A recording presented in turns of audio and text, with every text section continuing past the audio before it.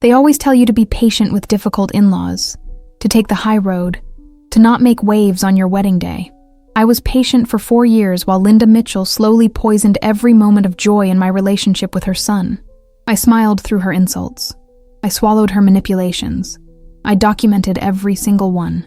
And on September 6th, when she walked into my wedding wearing white like the queen she thought she was, I watched her realize she was the only one who didn't get the memo. Sometimes the high road is paved with their own arrogance. Subscribe to watch manipulators get exactly what they deserve. I met Ryan Mitchell in a Portland startup 4 years ago, back when I still believed love could conquer anything, including a monster-in-law who treated her grown son like emotional property. He was brilliant and kind, the type of man who remembered how you took your coffee and actually listened when you talked about your day at work. But Ryan came with Linda, and Linda came with conditions. She had opinions about everything: where we should live, what jobs we should take, how often we should visit, when we should get engaged. I watched him shrink a little every time her name appeared on his phone, watched him make himself smaller to fit inside her expectations. And I told myself it would get better once we were married, once we had our own life, once she understood he was building something with me. Linda had been divorced for a decade, and I understood why within the first month of meeting her. She was the kind of woman who cried when confronted but smiled when she wounded you, who played the victim so convincingly that you started to question your own reality. Her ex-husband had finally escaped, probably in the middle of the night with nothing but the clothes on his back and a desperate prayer for freedom. But Ryan had never learned to leave. He was her emotional support animal, her retirement plan, her purpose for existing, and I was the threat to that entire sick ecosystem. Every Sunday dinner felt like a performance review where I was always falling short. Too ambitious, too independent, too much of everything that wasn't her. I started keeping notes in my phone after the first 6 months. Just little observations at first, reminders of things she had said that made me feel small. She commented on my weight at Thanksgiving. She told Ryan I was too career-focused to be a good wife. She showed up at our apartment unannounced and rearranged our kitchen because she knew better how things should be organized. I told myself I was being paranoid, that I was overreacting, that all mothers-in-law were difficult, and I just needed to try harder. But the notes kept accumulating. A digital diary of death by 1,000 cuts, and somewhere deep in my survival brain I was building a case I didn't yet know I would need. Ryan always defended her with the same exhausted script. She means well. She just worries. She's been through a lot. It was easier for him to ask me to bend than to finally tell his mother no. Easier to sacrifice my dignity than to risk her theatrical breakdowns and guilt trips. I bent so many times I forgot what my spine felt like. I smiled through her criticisms. I thanked her for her unwanted advice. I pretended not to notice when she deliberately excluded me from family photos or forgot to invite me to events. Love makes you do stupid things, and I loved Ryan enough to believe that eventually he would choose me, that eventually he would see what his mother was doing and put a stop to it. The proposal came on a rainy March evening at the Japanese garden, and it should have been perfect except Linda called 17 times during dinner because she needed to talk to Ryan about something urgent that turned out to be absolutely nothing. He ignored the calls and asked me to marry him with rain-soaked hair and shaking hands, and I said yes because I still believed we could build a life that his mother couldn't infiltrate. We went to his apartment to celebrate and found Linda waiting in the parking lot, furious that we hadn't answered her calls, demanding to know what was so important that her son would ignore her. Ryan told her we were engaged. She looked at my ring like it was a tumor and said, "Congratulations," with a smile that never reached her cold eyes. The wedding planning started the next week, and so did Linda's campaign to make it about her. She had opinions about the venue, the date, the guest list, the flowers, the music, every microscopic detail of a day that was supposed to be mine and Ryan's. I wanted Cathedral Park because it was where we had our first real conversation about building a life together, where he first told me he could see a future with me. Linda wanted the country club where she got married 35 years ago, before her husband realized what he had signed up for. We chose Cathedral Park. She cried for 3 days and told everyone who would listen that her son was marrying a controlling woman who was trying to erase his family. Subscribe to see how 4 years of silent rage becomes one perfect plan. The dress appointment at Blush Bridal was supposed to be my moment. Just me and Sophie and my mother. 3 women who actually loved me celebrating the dress that would make me feel like myself on the most important day of my life. I had made the appointment weeks in advance, confirmed the date, told no one else because I wanted something that Linda couldn't colonize with her opinions and her need to center herself in every narrative. We arrived early, champagne already poured, the consultant pulling dresses in the romantic A-line style I loved, everything soft and perfect and mine. Then the bell above the door chimed, and Linda walked in wearing sunglasses indoors and an expression that said she had every right to be there. She didn't apologize for crashing. She didn't ask if she could join. She simply announced her presence like a queen entering her throne room and started giving instructions to the consultant about what styles would be most flattering for my body type, which meant what styles would make me look acceptable enough to stand next to her son. My mother's face went tight with rage, but she stayed quiet because we all knew that confronting Linda meant drama, meant tears, meant Ryan getting phone calls about how cruel his fiancé's family was to his poor mother.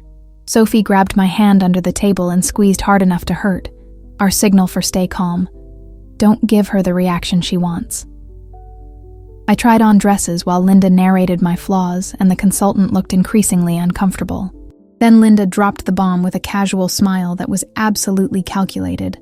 She had been talking to the consultant about mother of the groom dresses, describing what she wanted in excruciating detail, and then she said it like it was the most natural thing in the world. "I'll be wearing white too," she announced, because as the mother of the groom she deserved to stand out, deserved to be recognized for her importance in the day, deserved to share the spotlight, because after all, she was the one who raised the man I was marrying. The room went silent. Even the consultant stopped pretending to smile. My mother made a sound like she had been punched in the stomach. Sophie said absolutely not in a voice that could cut glass. Linda's face transformed into the mask of wounded innocence she had perfected over decades of manipulation. She wasn't trying to upstage anyone, she protested. She just wanted to feel special on her son's wedding day. Was that really so much to ask? Why was everyone always so cruel to her when she just wanted to participate in her own son's life? The tears came right on schedule, perfectly timed drops that never smudged her mascara, and I watched her perform grief like a professional actress taking her curtain call. She had done this same routine 100 times before, weaponized her emotions until people gave her what she wanted just to make the scene stop, and I was so tired of being her audience. I told her no in the calmest voice I could manufacture while rage burned through every nerve in my body. White was for the bride, I explained, not because of tradition, but because of respect, because every single person at that wedding would know what she was doing, would see her desperate attempt to steal attention, would judge her for it. Ryan needed to handle this, I said, needed to be the one to set boundaries with his mother before I completely lost my ability to be civil. Linda stopped crying immediately, the tears vanishing like they had never existed, and she told me I was being selfish and controlling, that I was trying to erase her from her own son's life, that she had every right to wear whatever she wanted. She left the boutique in a theatrical exit that involved slamming doors and loud proclamations about how she had never been treated so disrespectfully, and the consultant offered me champagne like it was medicine. My mother wanted to uninvite her immediately. Sophie started researching how to handle narcissistic in-laws. I sat in a dressing room surrounded by white dresses and felt something cold and clear settle into my chest.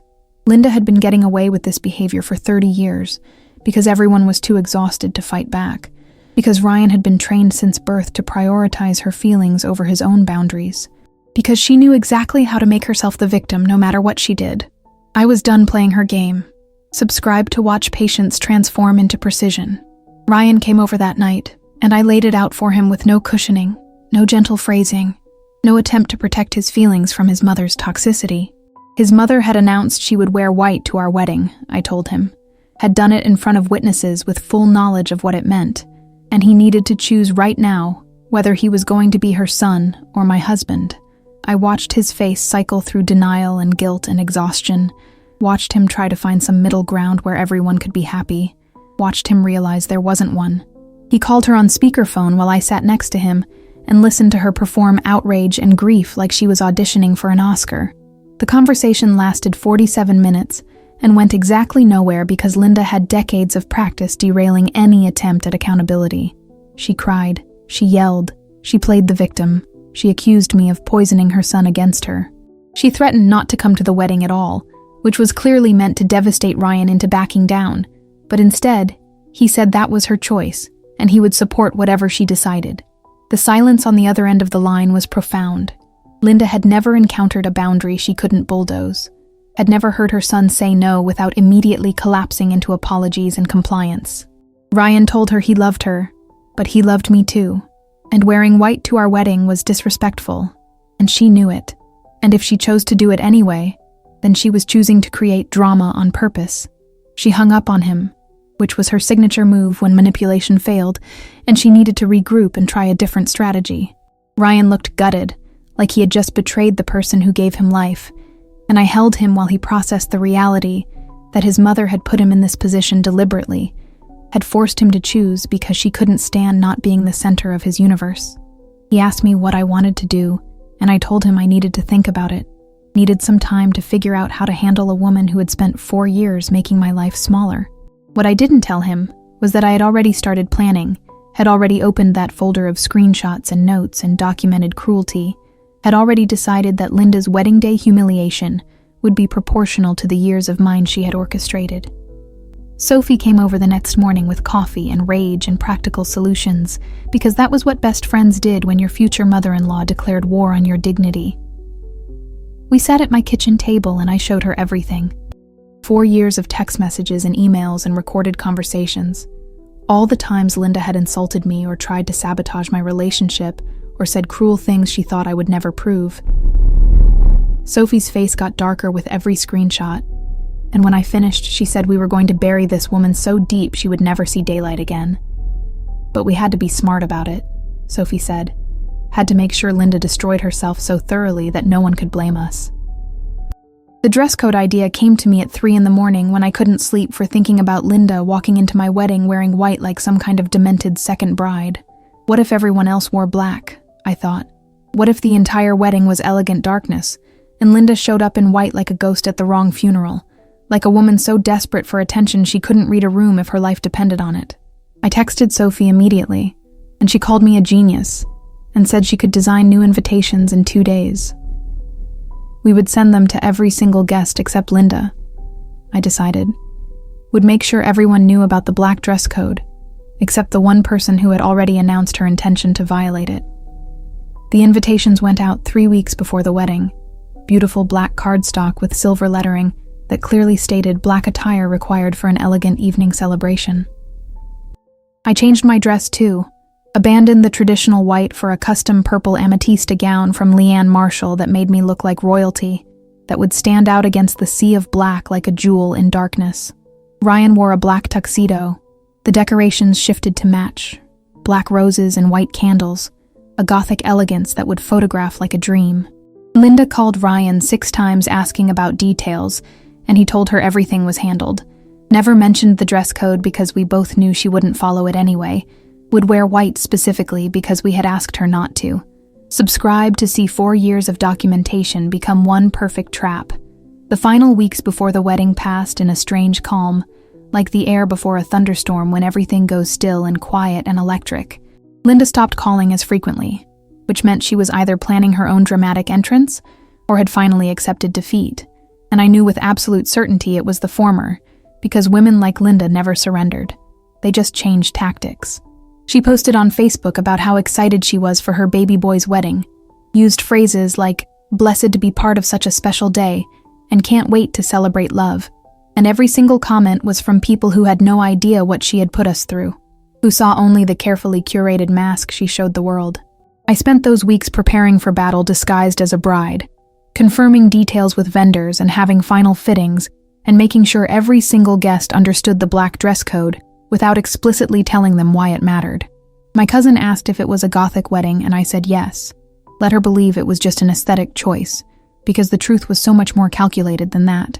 Sophie helped me create a seating chart that put Linda at a table near the back, not hidden, but not prominent, surrounded by Ryan's aunts and uncles who had their own complicated relationships with her controlling behavior. The photographer got special instructions to capture wide shots of the entire venue, to document the sea of black that would make one white dress impossible to miss. Ryan was trying to hold himself together, caught between the relief of finally setting boundaries and the guilt his mother had programmed into him since childhood. He asked me 3 times if I was sure about the dress code, If maybe we should just tell his mother directly. If maybe this was going too far. I reminded him that we had asked her nicely not to wear white, and she had responded by making herself the victim and threatening not to come at all. Reminded him that Linda had spent years making me feel small and invisible, and now she was going to experience exactly what that felt like. He nodded and stopped asking, and I saw something shift in his eyes. Some final acceptance that his mother had brought this on herself. The day before the wedding, Linda called Ryan in tears because she had just realized she needed a limousine to arrive in proper style, needed her son to pay for it because she had already spent so much money on her dress and hair and makeup, needed to arrive like the important woman she was.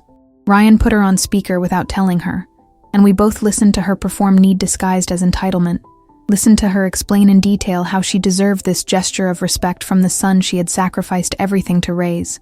He agreed to pay for the limousine, and she was so surprised by his compliance that she forgot to make any additional demands. Sophie looked at me with wide eyes and mouthed, "This is actually happening," and I felt that cold clarity settle deeper into my bones. I spent the night before my wedding doing what every bride does, except instead of just thinking about flowers and vows, I was reviewing my backup plan, making sure every screenshot was organized chronologically, making sure the WhatsApp group was set up with all the right family members and friends, making sure I had documented proof of every manipulation and lie and cruelty Linda had deployed over 4 years. Sophie asked if I was really going to go through with the second phase, and I told her that depended entirely on how Linda behaved at the wedding, whether she could manage to be civil for one day, or whether she would perform victimhood and make everything about her suffering. Either way, I was prepared. The morning of September 6th arrived with perfect Portland weather, cool and clear with late summer light that made everything look like it was glowing from within. I got ready surrounded by my mother and Sophie and my bridesmaids, women who loved me without conditions, women who had watched me shrink myself for years to accommodate a toxic woman's ego.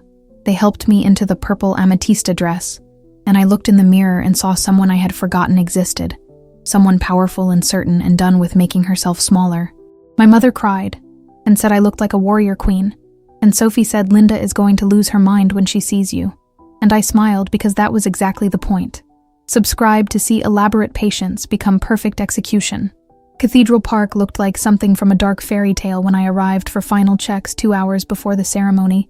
Black roses climbing the arbor where Ryan and I would exchange vows, white candles and tall iron holders creating pools of light against the gathering dusk, everything elegant and intentional, and mine.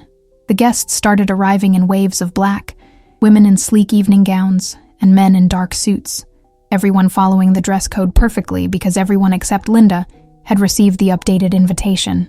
I watched from the bridal suite window as the parking lot filled with darkness, as my wedding became exactly what I had envisioned, and I felt something like peace settle into my chest. Sophie was running surveillance like a military operation, texting me updates every 15 minutes about who had arrived and what they were wearing and whether there were any signs of Linda yet. Ryan's father showed up in an elegant black suit, looking relieved to be invited despite the divorce, looking like a man who had escaped prison and was enjoying his freedom. Ryan's aunts and uncles arrived in coordinated black attire, looking sophisticated and curious about why the dress code was so specific. My side of the family filled in wearing black with various expressions ranging from excitement to confusion to barely suppressed glee because I had told my mother everything, and she had apparently shared the broad strokes with her sisters. Then Sophie's text came through in all capitals, and I read it 3 times to make sure I wasn't imagining it. Linda just pulled up in a white limousine wearing the whitest dress I have ever seen. Repeat. Target acquired. I felt my heart rate spike, and then settle into something cold and steady. Felt every molecule in my body align toward this single moment of vindication. I asked Sophie for a photo, and she sent me 3. Images of Linda emerging from the limousine in a massive white ball gown with a short veil and a bouquet of white roses, looking like she was attending her own wedding or possibly a costume party where the theme was delusional narcissist. Ryan was in the groom's suite, and I sent him the photo with no commentary because none was needed, and he texted back a single word that was just, "Oh," followed by "She actually did it," followed by, "I'm so sorry." I told him not to apologize for his mother's choices, told him to get ready because the next hour was going to be memorable, told him I loved him, and this was going to be fine. Better than fine. This was going to be exactly what needed to happen. He sent back a heart emoji, and I know. And then nothing else, because what else was there to say when your mother had just proven every terrible thing your fiancé had been telling you about her for years? I watched from the window as Linda made her entrance into the park, walking slowly to maximize her visibility, smiling like she had won some kind of victory, completely oblivious to the fact that every single person who had already arrived was wearing black.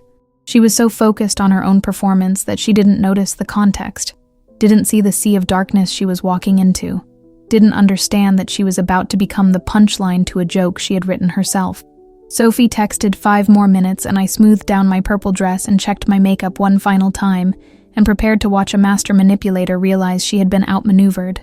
Linda reached the ceremony seating area, and I watched her face change in real time, watched comprehension dawn like a slow-motion car crash, watched her look around at the ocean of black attire and understand with perfect clarity that she was the only person who had missed the memo. Her smile froze, and then cracked, and then disappeared entirely. She looked down at her white ball gown like it had betrayed her, looked back at the guests who were now openly staring at her with expressions ranging from pity to amusement to poorly concealed satisfaction. She tried to recover, tried to lift her chin and pretend this was intentional, but her hands were shaking and her face was flushed, and everyone could see that she was absolutely humiliated. Sophie texted, "Guest reports." Linda tried to leave, but Ryan's dad blocked her car, and I had to bite my lip to keep from laughing out loud in the bridal suite. Had to remind myself that I was supposed to be a serene bride, focused on my vows, and not a woman watching her narcissistic mother-in-law experience natural consequences for the first time in her entire life. Linda sat down in her assigned seat, looking like she wanted to dissolve into the grass, and the ceremony coordinator gave me the signal that it was time, and I took one last deep breath before walking into the revenge I had been architecting for months. Subscribe to watch careful planning become beautiful karma. The processional music started, and I walked down the aisle on my father's arm wearing purple like royalty, like power, like a woman who had stopped apologizing for taking up space. And every single person in attendance turned to watch me with expressions of genuine awe because the dress was stunning, and I was stunning, and everything about this moment was mine. Ryan stood at the altar in his black tuxedo, looking at me like I had hung the moon and the stars, and I could see the exact moment he registered that I was the only person besides his mother not wearing black, that I had planned this so carefully, that even my own deviation from the dress code was strategic. Linda sat in her white ball gown near the back looking like a ghost who had wandered into the wrong funeral, looking like the universe's saddest bride at someone else's wedding, looking like every ounce of the humiliation she had spent years inflicting on me had come home to roost in a single devastating moment. I made eye contact with her as I passed her row, and I didn't smile or gloat or acknowledge her distress. I just looked at her with the calm recognition of someone who had finally balanced the scales. Her face crumpled, and she dabbed at her eyes with a handkerchief, and I knew she was going to try to make this about her pain, about her victimhood, about how cruel everyone was being to poor Linda. The ceremony itself was beautiful, because I had planned every detail to be beautiful, because I refused to let Linda's presence or her wounded ego contaminate the vows I was making to the man I loved. Ryan held my hands and promised to choose me every day, to build boundaries that protected our life together, to be the partner I deserved instead of the son his mother demanded. I promised to love him through the difficult work of untangling from toxic family dynamics, to support him as he learned what healthy relationships looked like, to build something new that didn't require either of us to shrink. The officiant pronounced us married, and Ryan kissed me in front of 150 witnesses, and Linda was absolutely not the center of attention. The receiving line was where Linda made her move, approaching us with tears streaming down her face and her voice pitched to carry to maximum audience, asking loudly why no one had told her about the dress code, why she had been set up to look foolish, why her own son would do this to her on what should have been a day of family unity and celebration. Ryan looked at her with something that might have been pity if it wasn't so exhausted, and told her that everyone received the invitation with the dress code clearly stated, that she had been informed weeks ago, that she had chosen to wear white despite being explicitly asked not to. Linda opened her mouth to continue her performance, and Ryan held up one hand and said, "We're done here, Mom. Enjoy the reception." She tried to appeal to me, switching tactics to the wounded mother-in-law who just wanted to be included, asking in a smaller voice if I could please help her understand what she had done wrong. playing the confused elderly woman card, despite being only 58 and sharp as a knife. I looked at her and said very quietly that she knew exactly what she had done, that she had spent 4 years making me feel invisible and small, and now she understood what that felt like, that this was a natural consequence of her own choices, and I had no sympathy to offer. Her face transformed from sad to furious in a heartbeat, and she hissed that I was a vindictive little witch who had poisoned her son, and Ryan heard it and told her she needed to leave. Linda refused to leave, announced that she had every right to stay at her son's wedding, that she had paid for the limousine and gotten her hair done, and she was going to stay for the reception whether we liked it or not. Ryan's father materialized out of the crowd like an avenging angel and offered to drive Linda home since she was clearly upset, and she turned her fury on him too, accused him of taking sides against her, reminded him that he had abandoned their family.